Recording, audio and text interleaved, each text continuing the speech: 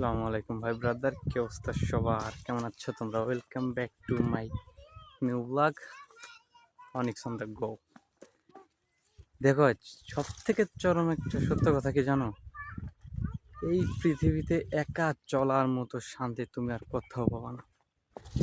তুমি যেখানেই যাও না কেন, দেখো একা চলার মতো মারাত্মক একটা শান্তি এই পৃথিবীতে। আসলে আমি যে কি বলবো, আমি ভাষা খুঁজে পাচ্ছি না।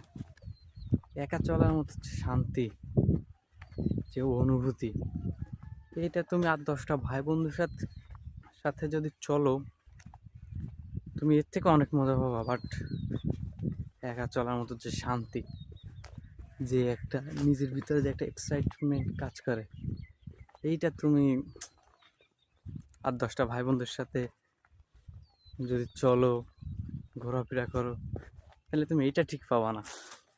কিন্তু একা, এই দেখো তোমাদের আরেকটা জিনিস দেখায়, চলতে চলতে বড় ভাইয়ের সাথে দেখা। হ্যাঁ, হয়েছে দেখছো? হ্যালো ব্রাদার, কি অবস্থা?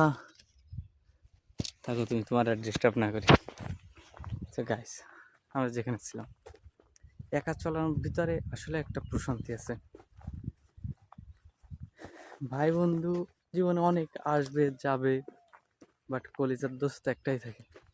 আর সেই যদি পাশে না থাকে, তাইলে পুরো দুনিয়াটাই অন্ধকার লাগে। কিন্তু সব থেকে সত্য কথা হচ্ছে, জীবনে তোমার একাই চলা লাগবে। তোমার জীবনে কেউ তোমার সঙ্গী দেবে না, ঠিক আছে? ঠিক তেমনই একা চলতে শিখো। একা চলার ভিতরে সত্যিই অনেক একটা প্রশান্তি আছে। এই যেরকম একা চলার ভিতরে নিজের জীবনটাকে চেনা যায়। তারপরে মনে করো, এই তো, এটাই তো জীবন ভাই। শুধু ওইটা না, প্রকৃতিটা যদি ভালোবাসো তুমি, তাইলে নিশ্চয়ই তোমার একাই চলতে হবে।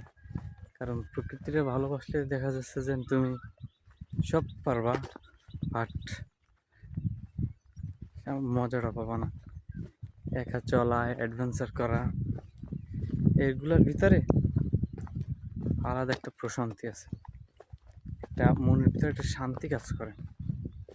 ঠিক আছে, এই যে রাস্তা, হ্যাঁ, এইটা পাড়ি দিতে হবে ওই দূর পর্যন্ত।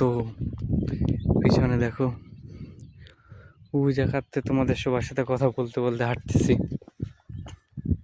আসলে জীবনে না, এর থেকে শান্তি আমি আর কোথাও পাই নাই।